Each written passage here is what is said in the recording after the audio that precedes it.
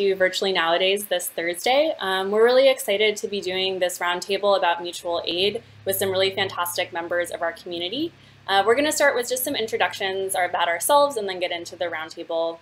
So my name is Zoe. My pronouns are she, her. I run community programming at Nowadays, and when the club was open, I was one of the Safer Spaces monitors. And I've also asked everybody to just share what the last mix or record that they listened to was. The last thing I listened to was Lychee's Buttons mix from, I think, December. Some really, really solid techno. Made me miss the dance floor, but I loved it a lot. Next up, Regan, would you like to introduce yourself? Wait, Regan, can you hear us? Sure. I can hear you if you can hear me. Yeah, cool. Would you like to introduce yourself? Okay. Yeah, sure. Sahachafayak Regan, Mississippi Chatasia Hoke, Amitilia Lenape Hoking, Hatakobasia Hoke. Hi, my name is Regan. I'm Mississippi Choctaw. I'm a member of the Indigenous Kinship Collective. My gender is Hatakoba, which is a third gender within my community, so I only use they, them pronouns. I'm a community agitator and educator and curator because that's just how it always is when you're a person of color. And then you wanted to know what I've been listening to? Yeah. I can't stop listening to Cut Me Out by Late Guest at the Party. It's my friend's band that I was like, ugh, friends' bands are always bad. Turns out they're really good. So that's what I was listening to most recently. Cool, thanks for sharing. Polly, how about you?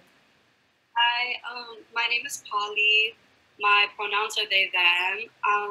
I'm co-founder of collective platform and rave series Discakes, and I'm also a DJ, an activist, a healer, a bunch of other things, a curator, a performer, this, the third, and as well. And the last thing I listened to was a really beautiful mix, an unreleased mix that my friend Miss Parker made for a mixtape series that Discakes is going to come out with in the next couple of weeks or so, that basically is based on how quarantine has been making different people feel in terms of like sounds. So yeah, that was the last thing I listened to, and yeah. Cool. Nina, before we get to you, I just want to say to everyone watching at home, thanks for your patience with the video. My computer isn't super fast, and I'm running Zoom and our live streaming software on at the same time, so there's a little bit of a lag, but thanks for sticking with us. And then Nina, would you like to introduce yourself? Yeah, of course. My name is Nina Berman. My pronouns are she and her. And I live in Ridgewood. I am currently involved in operating a food pantry in the neighborhood in partnership with Hungry Monk, which I can talk more about later. Ordinarily, I'm a part of the New Sanctuary Coalition community, so that's working with people, helping them navigate asylum applications. And I've also been very, very recently involved in the Ridgewood Community Garden, so I have grown some radishes, which is really thrilling. The last things I've listened to are Ladybug by Bumblebee Unlimited. So Bumblebee Disco is like the only god that I, recognize right now. And then new music from Juliana Barwick. So some like beautiful ambient sounds. Cool. That sounds very relaxing. So let's get into the topic of the panel, which is mutual aid. I want to start by just having y'all talk a little bit about what mutual aid is, also what it isn't, because that contrast is an important part of this work. And then also, where did it come from, and how is it practiced? And Regan, I was hoping that you could start us off.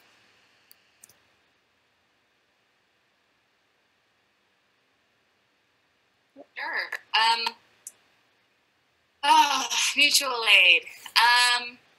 I think okay, so like I wrote a zine about mutual aid that's called Let's Talk Mutual Aid after after the COVID-19 stay in place, or shelter at home rather, took effect, because I found that so many white people and white organizers were, and nonprofits were co-opting what mutual aid is without understanding the history of mutual aid, which is that mutual aid is Indigenous, it is Black, it is POC lifeways, teachings. It's the way we've cared for our communities since time immemorial. It is an anti-capitalist, anti-colonial practice. It's not just a theory or a methodology, and it's definitely not to be co-opted by capitalists, nonprofits, or white people. You know, mutual aid has a history of being criminalized within communities of color. Our gift-giving ceremonies within Indigenous communities were illegal until the 70s. Black Panther people were murdered for participating in giving away lunches to the community. The Young Lords was destroyed systematically both in Chicago and in New York City, specifically for providing mutual aid. So I was angered by the amount of white mutual aid groups that were cropping up in gentrified neighborhoods.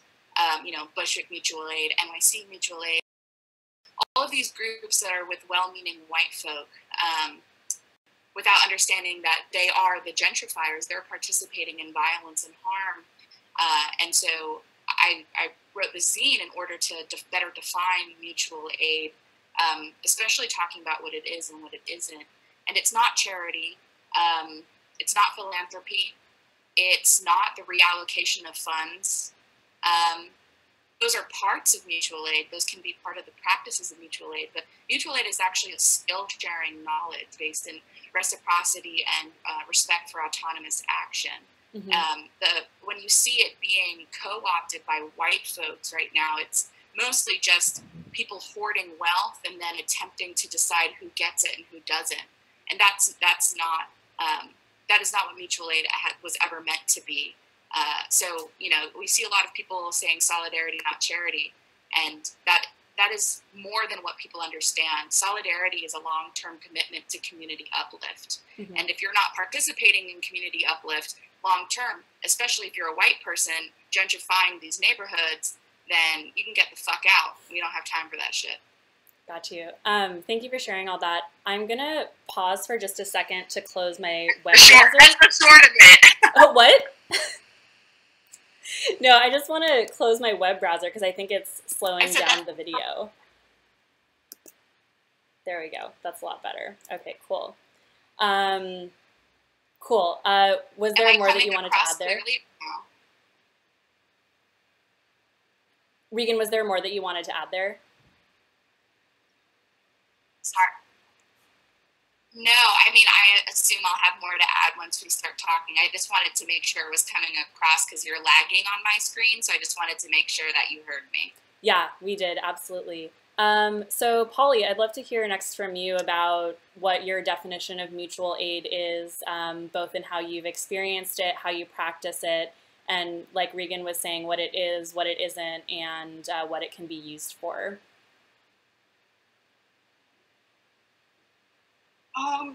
So mutual aid, like, is a bunch, like Regan was saying, there's like many different facets to, like, different components to it. It's skill sharing. It's something that was, you know, it's an anti-capitalist practice of being able to exchange skills and exchange resources and exchange and divest from capitalist institution in order to create autonomous collectives, and not collectives, but autonomous forms of existing almost. Like, when I think about, you know, mutual aid, I think of, you know, growing up, you know, in the Bronx and with my family and having, you know, somebody 2 buildings down who has some medicine that I could go to, who could help me when I'm sick, instead of having to, like, go to a hospital and go to the doctor. It's like community helping one another to divest from these capitalist systems.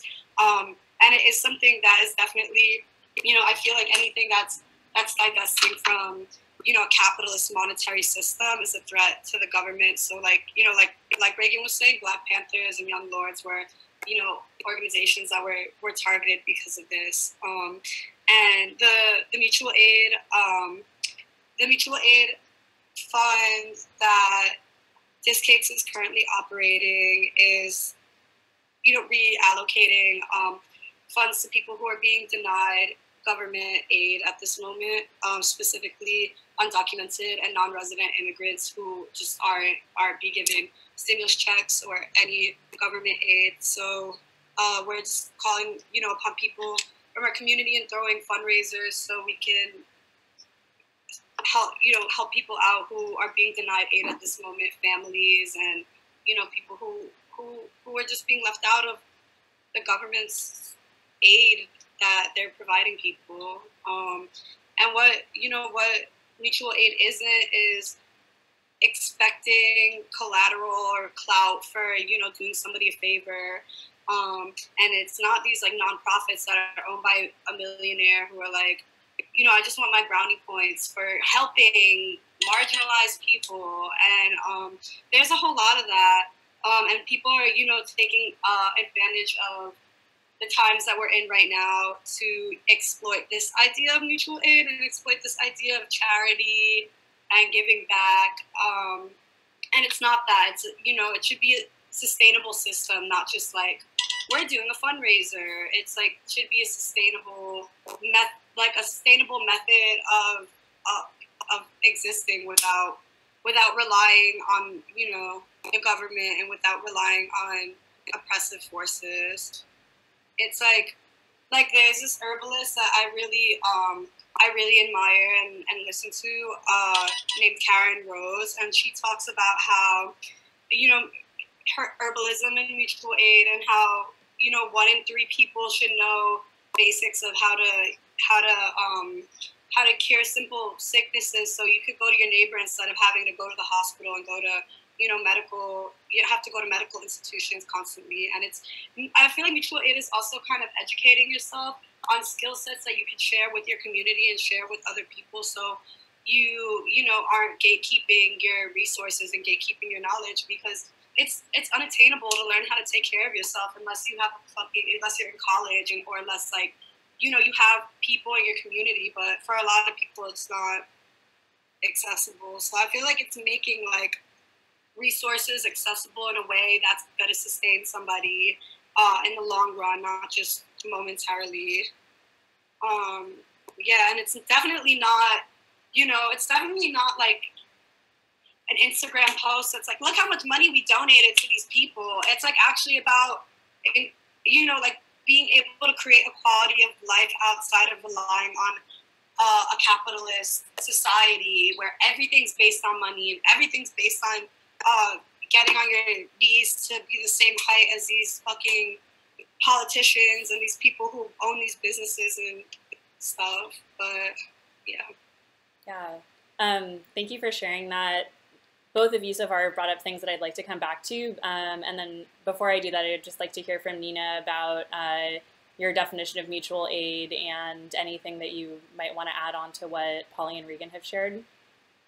Yeah, so I think I'm in agreement with the two of you about what mutual aid is. I think for me, the framing is that it comes from a deep sense that our fates are intertwined. Like your fate with your neighbors are intertwined. That doesn't mean that there isn't, massive, differences in terms of how we're experiencing a moment like this, but a sense that when it's mutual, it's not mutual in the sense that it's tit for tat, that like, I am going on a grocery run for you, so you're going to do something for me later. It's rather that like when we are all working to build communities where everyone is able to thrive and like get by on more than just the bare minimum, that's what we need. That's what we need to be shooting for. So it comes from, I think, like that kind of framework.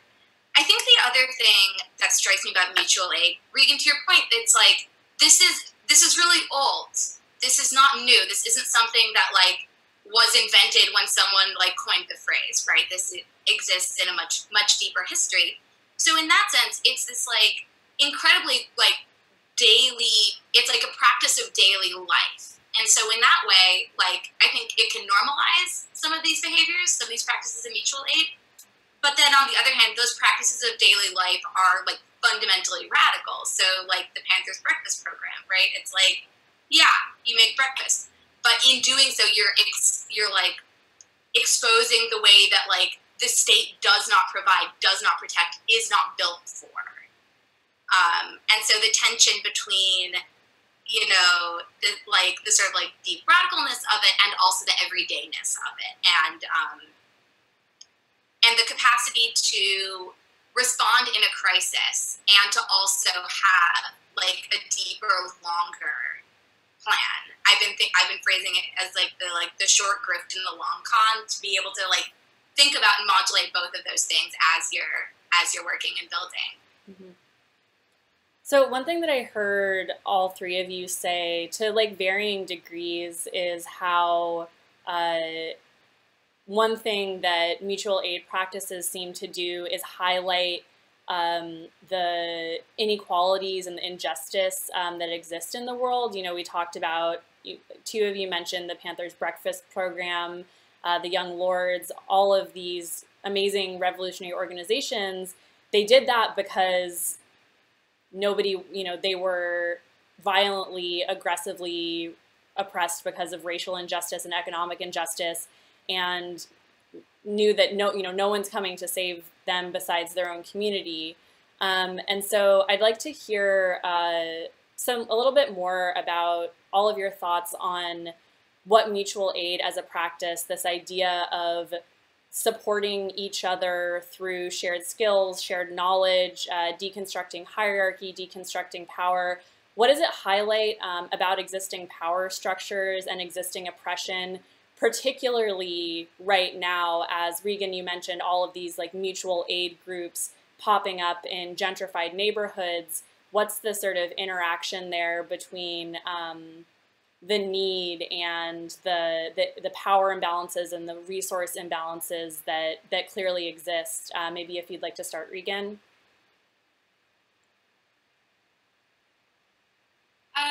Yeah.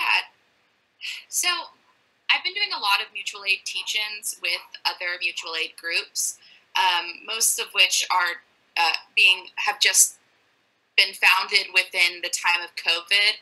And the first thing that I tell them is that you're 10 years too late. You know, if you're just practicing mutual aid right now in a time of crisis, you fucked up.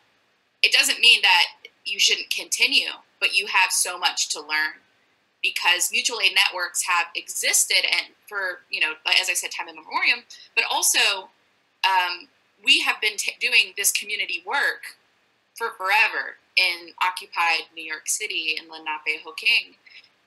So for folks to just kind of hop in on it now during this time of crisis, not only do they have to learn about mutual aid, create the structure, but they also have to unlearn a lot of things that they don't have the tools to unlearn because they're too busy trying to deal with the crisis. So anyone who has just started doing mutual aid within the pandemic of COVID-19, how could you have ever created community to take care of? Like, now you're trying to create community while taking care of a crisis. Mm-hmm. So I think that's really important to know, and that's when you see white saviorism taking part. A lot of the people who haven't been doing this work and are just showing up now are white people. So that is important to know, because people of color, we've been doing this for fucking ever. This is how we've always lived. Just like Polly said, this is growing up in the Bronx and going down the street and going to someone who you know can take care of you, so you can avoid going to colonial practices of medicine. With or without health insurance, it doesn't matter. We're trying to dismantle capitalism. And so I think that's like a really, really important thing to know for these like newer groups that just started happening, is that they are way behind. And part of that being way behind is because they don't have to think about daily oppression. White people don't have to consider what it looks like to be brown or black.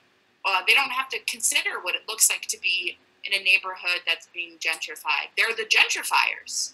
You know, like, they don't have to think beyond they've never had to think about surviving Mm-hmm. because the system was meant for them to survive. People of color, we were not meant to survive. So we've been creating these systems, this construct. We know the blueprint, and y'all are just in our world. So that question of like, is it highlighting the shortfalls? Yes, but we already knew those things. White people didn't, or they just could see it in theory. Right. So I think that's like an important thing to know, because I feel as though personally, this is a space where white people should take a seat and should be listening to people of color, because, as I said, we've had these systems in place for forever. We aren't surprised that the government can't provide us support. The government was never meant to provide us support. Yeah, thank you for highlighting that. I think, yeah, what you were just saying about sort of who, like, you know, for me, even to phrase that question the way that I did as a white person, saying, what is it highlighting, is in fact highlighting that it's only a highlight for some people. And like you were saying, for people of color, for marginalized communities, it's been like this for a long time. Polly, is there anything that you'd like to add there about how coronavirus and COVID and the sudden upswell of interest in mutual aid as a concept, what that's bringing up for you as somebody who has lived this experience and who has participated in what is called mutual aid for much longer than COVID's been happening?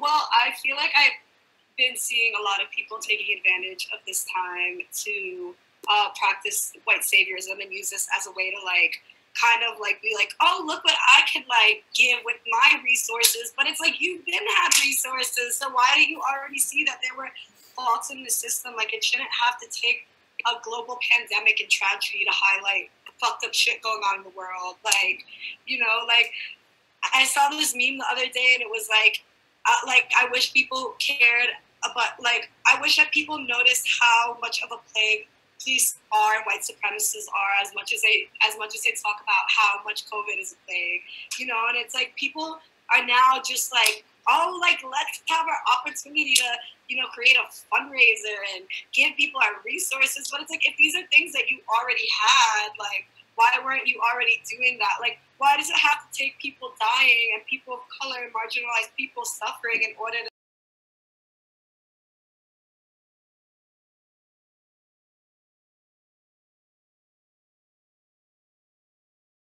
point? Like, and it's like I'm seeing a lot of like people, you know, who've moved here and moved to, you know, expensive buildings, people who are gentrifiers leaving now too, and they're trying to rent their room and they're not even offering their spaces. And it's like, you're moving onto already stolen land, you're gentrifying this community, you're displacing families, and then shit gets rough and you have the safety net to go back to somewhere, not even like offer your space to move into this neighborhood. And it's like, I wish that like gentrifiers were not as, you know, I mean, they're like, yeah, like mutual aid, this, that, but do you look at the very root of your existence and how that has been displacing people of color? Like, so that's something that has been really highlighted. And like, I feel like housing has been something in particular I've been thinking about, because a lot of people are leaving and fleeing right now. And like, I'm seeing all this unoccupied space everywhere, all these vacant buildings, all these like Nooklyn and like MySpace buildings that are, you know, completely unoccupied. I peek into the apartments and it's fully furnished. There's nobody clearly living in there. And I'm like, what the hell is going on? Like, what is happening? No one's talking about that, you know, no one's talking about using their fucking space for somebody who's like, I don't know, on the street because of their like displacement and like displacing them and like further like at risk of the virus. Like, I don't know. So that's been like something that's been on my mind, especially like in March and like April, like when the virus was like heightening, like, and I was hearing a lot of people like on Facebook and stuff like, oh no, I can't make money off of Airbnb now, what am I gonna do? It's like, open up, like rent strike and open up your fucking space to the people who you fucking displaced. Like, but yeah, that was just my rant about about that. And also, like, I feel like mutual aid and like nonprofits get mixed up with each other. It's very different. Like, I feel like within mutual aid, there's not like a hierarchy. Like, there's not like, you know, like, I'm the money hoarder and then everybody's gonna get a fucking 50 cents off of my dollar. That's not how it works. And I've seen, you know, even before COVID, you know, I've seen even like parties and raves and people who, you know, who make so much money off of marginalized people and off of, you know, people of color suffering. And like, they're like, yeah, we're doing this fundraiser, like community, like all this shit. But it's like, where are your receipts? Because we know that you're making like $500 off of everyone's $50. So yeah, it's a difference. But people like to like conflate and kind of like intertwine the two to put themselves on a pedestal and be like, look at the charity work I'm doing. Yeah. I'm like, I don't know.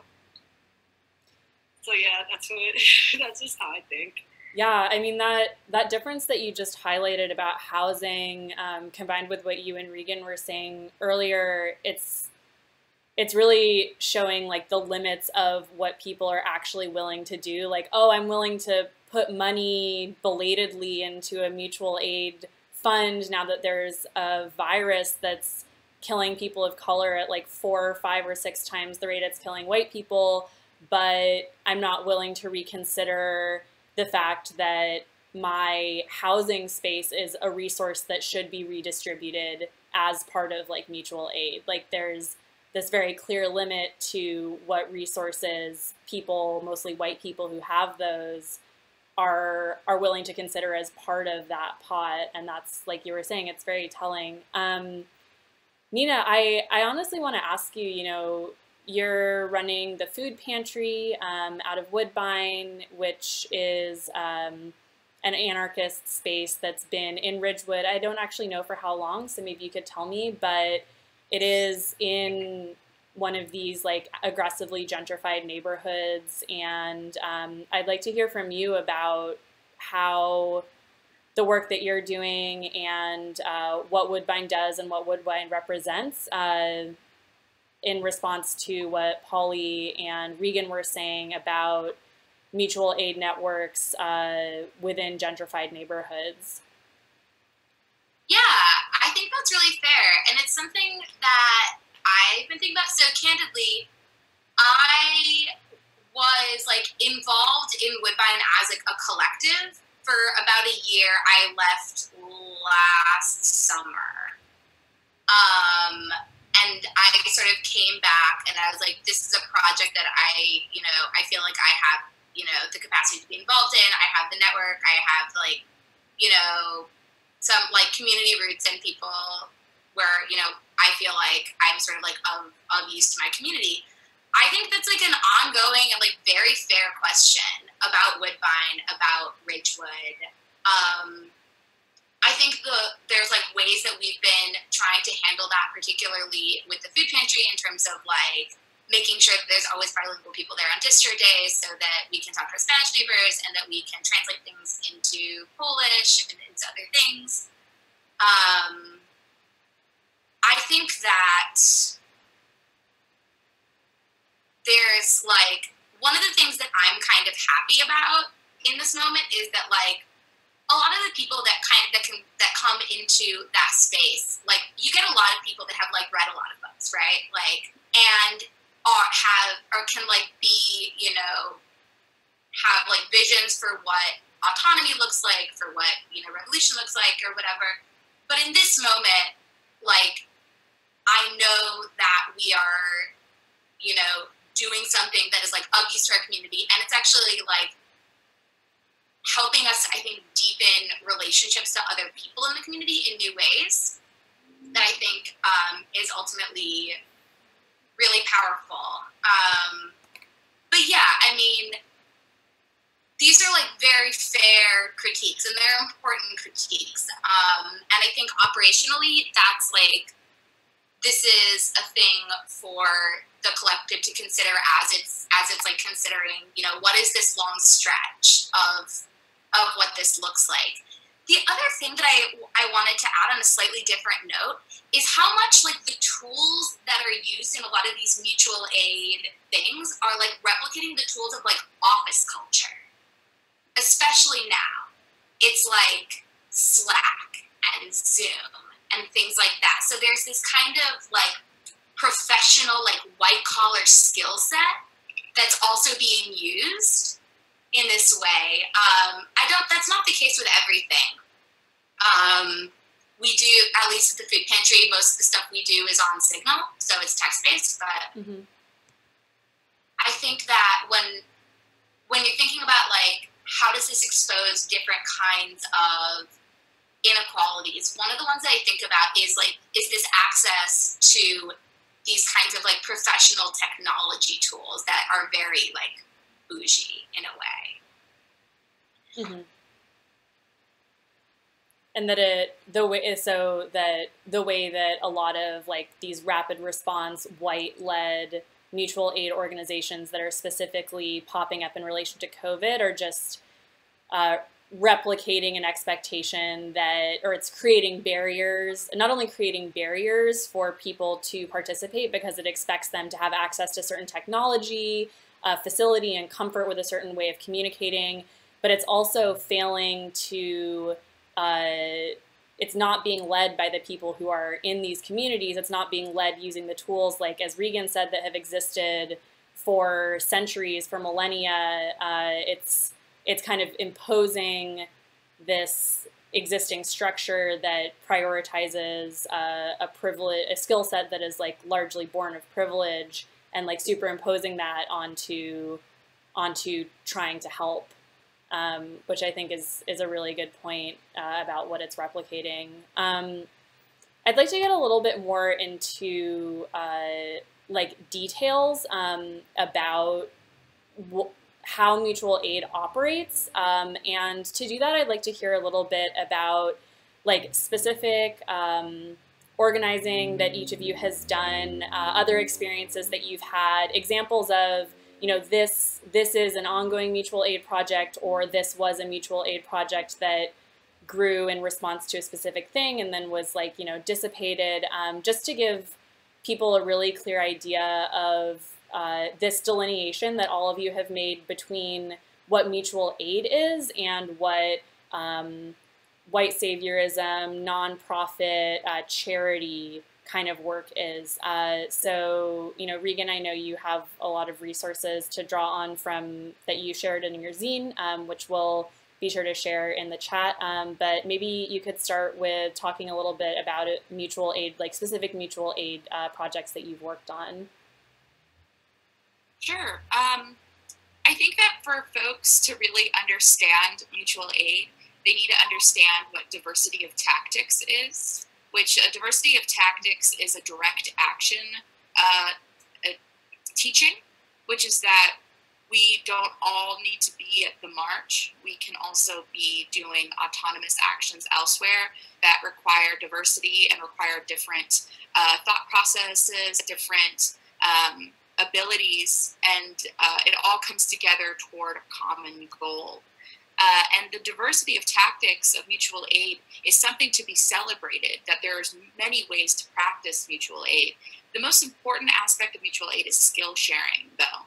Skill sharing is the crux of the theory, the methodology, because it provides people with value that isn't capitalist value, but rather value that leads to accountability and community commitment.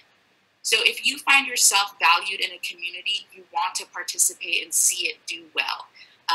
So we have to ask people to, actually mutual aid demands that people participate. If they don't participate, then it's a different kind of, it's a different practice. So I personally am working with a number of different mutual aid teachings, methodologies, theories, diversity of tactics. I work with Club A, which is an anarchist punk collective, and we do distribution of food twice a week at the Bushwick City Farm, which is, again, just providing food, providing clean clothing, providing harm reduction materials, providing soap, provide, things that everyone deserves access to, specifically to our unsheltered community. However, we do it out of the Bushwick City Garden, which then allows folks to participate in gardening. Many of unsheltered people who come and, receive food in whatever way, shape, or form, turn around and then want to work in the garden for fun or hang out or get to know folks. And that's something that's super important because gentrifiers don't get to know their unsheltered community. They only see them as someone they can provide a service to rather than as a member of the community that wants to participate. If you're doing distro to people and those people aren't returning and asking what they can help with, then you're not doing it right. People want to participate. That's the most important thing. And then we need to find out what's the best way for you to participate. If you're of differing ability, what do you want to do? And also it's not just about survival. It's not just about food and clothing. We started giving out children's books because kids need to, parents want to give things to their kids. It's not a necessity, but it's important. It's a want. It's a need. Something that a lot of people don't understand with mutual aid is it's not about survival. It's about thriving. That's why you create the long-term connection. That's why you get to know people's names. That's why you introduce yourself to the people you're serving. You get to know them in a way that makes them your community. So one of the things that I really commend Club A for doing is breaking that stigmatization between unsheltered folks and the people who have privilege to have shelter. And really just like getting to know people on the ground and being accountable to them. I think that is something that I really commend them for. But also working at the Bushwick City Garden, trying to get that food out there to people. There's so much fucking kale and red lettuce at every goddamn community garden. Like, get it out there. Stop sitting on it. Like, we have medicinal herbs there as well, and folks are welcome to take as they want and to learn from people. And then they turn around and teach. I know things because I was taught it. And now I can go and teach someone else. It's a beautiful aspect. But something so that's like on the ground, local, like literally Myrtle Broadway. However, Indigenous Kinship Collective, which is the collective that I belong to, we do mutual aid in Indian country, which is, indigenous territories. And that's a different kind of mutual aid. A lot of that is reallocating financial resources. So raising money for people, getting them that, or sending them things because most of our reservations exist in food deserts and a lot of border towns in reservation areas. White people came onto border towns during the beginning of quarantine and just like bought fucking everything. And it takes weeks for that to be refilled. We have like a real food desert. It's on a lot of our reservations. So a lot of that has been just trying to get people, that's a lot of survival. That's like, what do you need? Let's get it to you. Who can we connect you with? Who are the healers in our community who can provide you medicine? Who are the people that can, I think is a different, again, this diversity of tactics is incredibly important. And I feel that work is a bit different than on the ground work happening. Yeah. Thanks for highlighting that concept of diversity of tactics and explaining like how it fits into mutual aid. And I think this is actually a really nice segue into talking to you, Polly, about what Discakes is doing right now, which is, as far as I understand it, more focused on fund reallocation. But I'd love to hear some more specifics about why you started that fund, who, like you were talking a little bit more about who it's serving and how it's been going, and then also just, plug how people can support and donate. Mm-hmm. So to also contrast by speaking about some of the more physical, like mutual aid work that Discakes has done, we've partnered with Dance Safe in the past to teach some harm reduction courses and ensure that ravers in our community are getting Narcan certified and are able to have access to fentanyl testing strips and things and learn how to save lives, because people do drugs and it's fine, and it's just something we should all know how to do, and we should destigmatize. So that was some work that Discakes had been previously doing before quarantine that I, that we were doing that. I didn't really even think about the word mutual aid. It just felt like it was like second nature, because you want to, provide the people that you love and that are around you with tools so they could thrive, and then pass that knowledge on, and that's kind of like how, I've grew up and how I live my life with my chosen family too. Like we teach each other things. When we learn information, we share it on, or like, look at this cool thing I learned how to do. Like, let's give each other tools to be able to like, uplift each other, and like that being the goal. And for the mutual aid that Marley, my partner in Discakes, Marley, and I just started, is basically a fund where people can apply via Proton Mail, which is an encrypted email address, and answer a few questions with nobody needs to explain anything. Nobody needs to give their real name. There's just a 1 to 5 urgency scale, and based on their urgency, we send out funds every Wednesday that other people donate. And this is specifically for undocumented and non-resident immigrants. A non-resident immigrant is somebody who has a temporary immigration status here, and we focus on immigrants who are people of color, who have families and babies, and who are queer and trans, and we encourage people to apply through Proton Mail, and then without question we send money out, and we have two forms of payment. You could either receive a digital payment, or we do contactless pickup for folks who don't have electronic payment methods. And yeah, so that's the work that we're doing. And yeah, my family, my parents are both immigrants, and this is something that I have a lot of friends and family who are also undocumented, and it's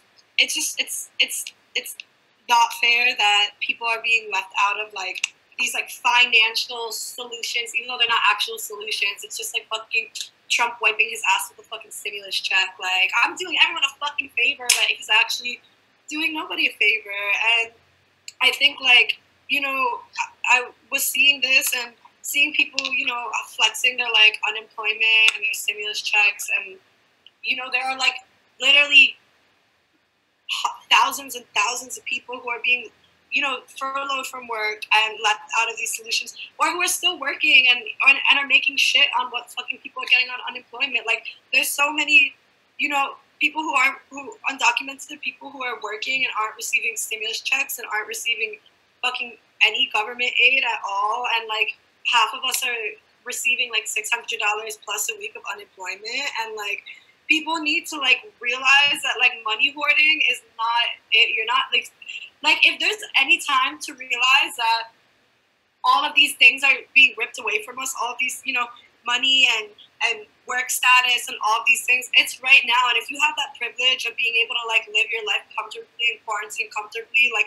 you need to think about the people who who can't do that. And like there's so many people too. Also, not to mention like a lot of people living here undocumented don't have the opportunity to rent strike, because that could be their lives being cost. That could be a cost of their lives if something happens. And like I think that like especially living in like largely immigrant neighborhoods, like we need to take that responsibility upon ourselves to share our resources with our brothers and sisters and our neighborhood and the people who live on our block and stuff. But it's been a little tricky for me personally, because we post on the internet and I try to spread the word to people who live in my neighborhood, but I want to like post, like I want to be able to like post up like flyers and stuff in buildings, but there's such like there's like ICE is everywhere and there's so much surveillance everywhere, and it's just like I'm constantly trying to figure out like what the most secure way of like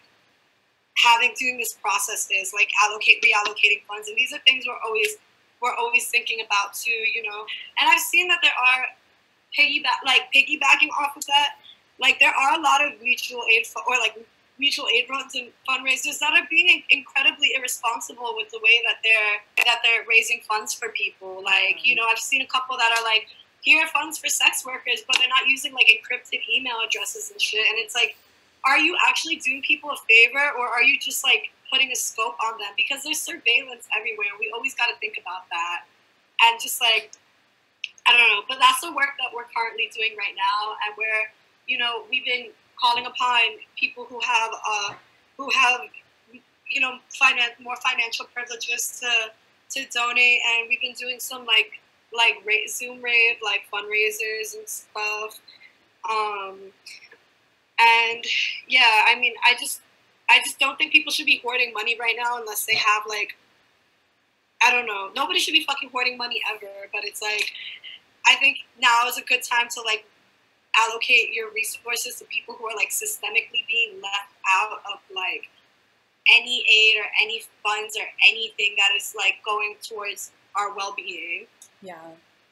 So that's what kind of like, you know, seeing that all around us and seeing that in New York City was, you know, fucking weird. Just like, we need to do something about this. It's like, yeah. And especially, you know, with the stimulus checks, it's like a lot of people don't really, that money is just like disposable income for them.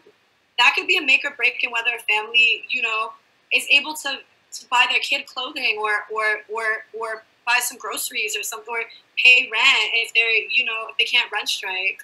So yeah, that's kind of, you know, what made us want to start this initiative. Mm-hmm. And yeah. And I know that when you and I were emailing, you know, you had mentioned that the fund's been going on for a while, and you know, since COVID started, basically, what have you been like hearing from people who you're supporting, and are you able to support the number of people who are applying, or are you like far behind the, you know, the need that is being expressed? So far, we have been able to send everybody who has applied at least something a week. Although when we did start, we had like much higher numbers. Like we were able to send people more money because we had more money in our fund. But now we're still able to send people something who apply, and it's based on urgency too. So it's like 5 being you having the highest urgency. If you have, you know, children, if you have young kids, if you're, you know, a Black, brown person of color. So we prioritize 5s for like a high chunk of income of the fund of what we can provide, and then people who have like 3s and 2s and 1s, we'll still pay them, but it might take one more day of receiving aid before being able to pay them, or it might not be as much as our like, because we have like a main goal of how much we want to pay everybody a week, and then we have like the money that like we've had to be working with based on what the donations we've been receiving. But I feel really grateful because a lot of like Zoom raves and stuff that I've been doing. I've been asking a lot of people that I've been working with to allocate some money from there to the fund, like from not just for my sets, but like the money that they're making that's going into their PayPal.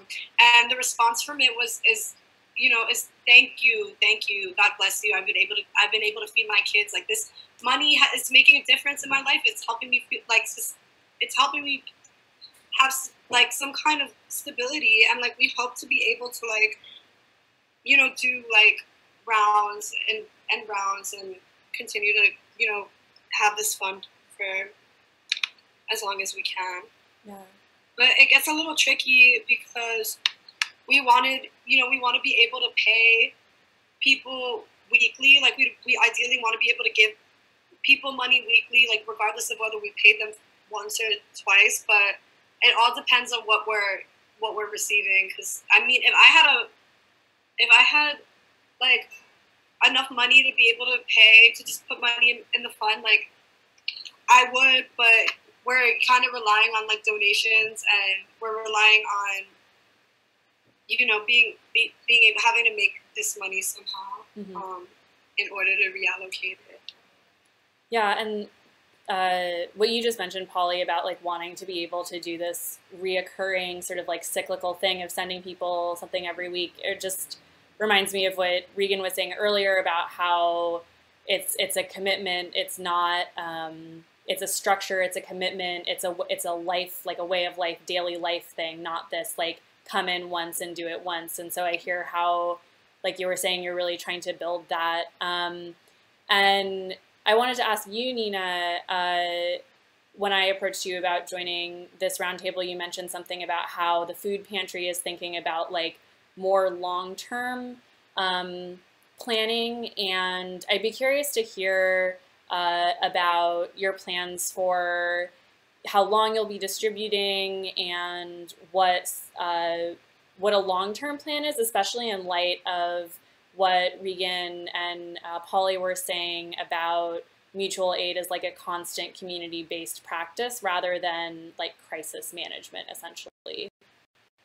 Yeah, so for me, this is something that I'm thinking about a lot and don't necessarily have, you know, a super pat answer, because right now, the way we operate is like, we are working in relationship with a nonprofit. So I think the question of like, to what extent is this food pantry mutual aid project is a valid one. So what it means is we are like an offshoot site for an organization that really does operate as a charity. And so it means that there's like an ideological difference. Pardon? What is that organization? It's called Hungry Monk, and they've been doing stuff in the community for a long time, dealing particularly with people that don't have homes, and also with food stuff. And so they've been operating for a long time, and then things just exploded for them. So it's an interesting relationship to be in a place where you're working with an organization that has like a really different ideological, political approach to the act of giving your neighbor food. So the question of the like long-standingness of the pantry for them is about, you know, can they raise enough money to like get another truck to keep doing a lot of this? So that is open. The thing for me that is the signal of like more longevity that I'm really happy about for a number of reasons is that when it started, there were like 5 of us because it still felt pretty risky to be in an enclosed space with people that weren't like, that you didn't live with or whatever. Like that was a lot, that's like, you know, a risk to take on and to negotiate. And so we were like, you can't start with everyone. But now that we have kind of systems in place, we're able to take in more people that like want to be involved in a sort of like physical capacity in like distro and packing and things like that. So we're able to spread it out, and we're able to bring in more people that can be, you know, engaged in like this part of it. And so for me, that's like a huge part of longevity, is giving more and more people a stake in the project, a sense of commitment to the work, because otherwise it becomes like people's ego trip, like their own pet thing, and then also like they burn out, and like none of that is what we want. So I think for me, it's the long future of what this pantry should be, I think, is like the capacity for more people to come in and be involved, which we're seeing, and to let that start to dictate what this looks like. But I think that the pantry might not be forever, but the things that I think are more forever are the ways that it has allowed us to, this is saying that Freud Moten said, that like a crisis is an opportunity to practice your powers of assembly. So it's an opportunity to get together and to get together in new ways. And so I think the pantry is a sort of like flashpoint of assembly. And where that assembly goes, where those built relationships, that trust, that sense that like our fates are intertwined, where that goes into other projects and into other, you know, ways that we can address the like long-standing serious issues in, you know, in Ridgewood, New York, you know, and wherever your community is. I think that's like the long game. So I thank you for sharing that. I realized that we have 4 minutes left on this stream, and so I just wanted to finish up by giving everybody who's watching and listening, first of all, thank you so much for tuning in and hearing what these folks have to say. Thank you to the three of you for sharing your time with us, sharing your expertise and your knowledge and your experience with us. And if you could just each let everybody who's watching or listening know where they can find your work and, you know, read more about or read, listen, watch, whatever it is, more about what you do and what you're involved with. And then if there, excuse me, if there's any particular mutual aid project or fund that you're involved in that is going on right now that you'd like to call out to make sure people know where to direct their attention and their time and their money, just to share that so that folks can take a next step having learned all of this. So Regan, if you want to start. Sure. I would recommend following the Indigenous Kinship Collective. It's all one word on Instagram, as well as our website, indigenouskinshiPcollective.com. You can donate there to funds that will be located to people of color. Or you can, Club A is another organization. If you'd like to donate there, you can donate at Club A. They have a GoFundMe. But I would really advocate for everyone to organize and get your shit together and stop relying on people of color and figure it out. And then if you want to follow me personally, Instagram's the best way. I'm at faggot.planet, P.planet. And yeah, oh, and also the Indigenous Mutual Aid Network, which is run by the Tullahogan Info Shop in so-called Flagstaff, Arizona, is doing a large collection of mutual aid. So that's Indigenous Mutual Aid Network. And they support all of Indian country. So if you want to throw money there, do it. I think that's all. Thank you so much for having me. Yeah, thank you so much. Polly? Thank you for having me as well. If you'd like to donate to the Discakes Mutual Aid Fund for undocumented and non-resident immigrants in New York City, you can check out more info on Discakes NYC. That's our Instagram. Our Venmo is Discakes NYC, and Cash App is Discakes, DISCAKES. And if you, we have all our information there and about the mutual aid. And my personal Instagram is polly.cakes, and I also have information on my highlights. It says COVID-19 mutual aid on my Instagram. And yeah, if you have any other questions about the aid or what we're doing, you can personally reach out to Discakes, and I'm happy to talk about anything. And yeah, everybody, everyone should, especially white people, should be figuring out ways that they can reallocate their resources without looking for a brownie point.